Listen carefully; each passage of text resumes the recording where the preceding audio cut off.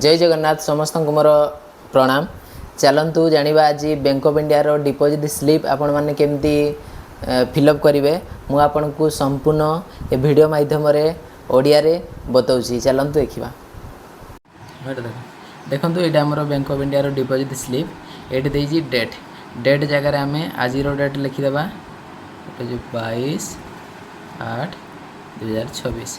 देखो ये देजी depositing branch माने ब्रांच नामटा आम हूँ ब्रांच नाटा ये लिखिदेबा।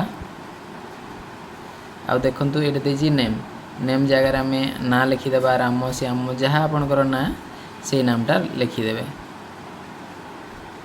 आउ एठी अकाउंट नंबर रे आमर बैंक ऑफ इंडिया रो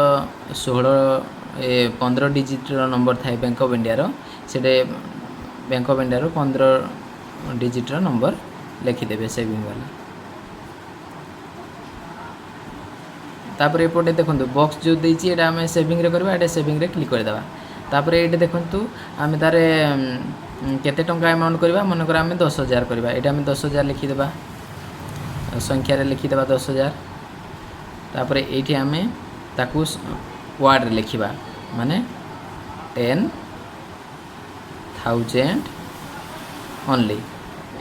ये 10,000 ओनली लिखिदेले आमर प्रथम स्लिप रो काम सला। तापर आमर सेकेंड पेज को जीवा। देखंतु एटे देछि एटे ब्रांच रो नाटा लिखिदेबा ब्रांच रो ना लिखिदेले एटे भी डेट दे देबा 22/8/2026।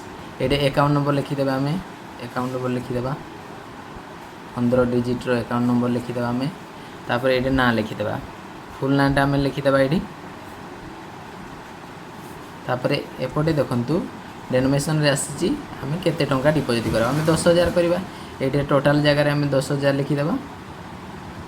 आउ एटा देखंतु आम 10,000 रे हमर 50 टंका केतेटा अछि 100 टंका केतेटा अछि 500 टंका केतेटा अछि हम 500 टंका मन 500 टंका आम खाली देबा एटा आम 500 टंका 10टा लिखिदेबा ले एटा आम लिखिदेबा 10टा को होछि केते सॉरी 10 नहीं 20 टा होछि ना 20 टा को आम 500 टंका 20 लिखिले आ 10,000 एटा आम एमती गार गुट देदेबा।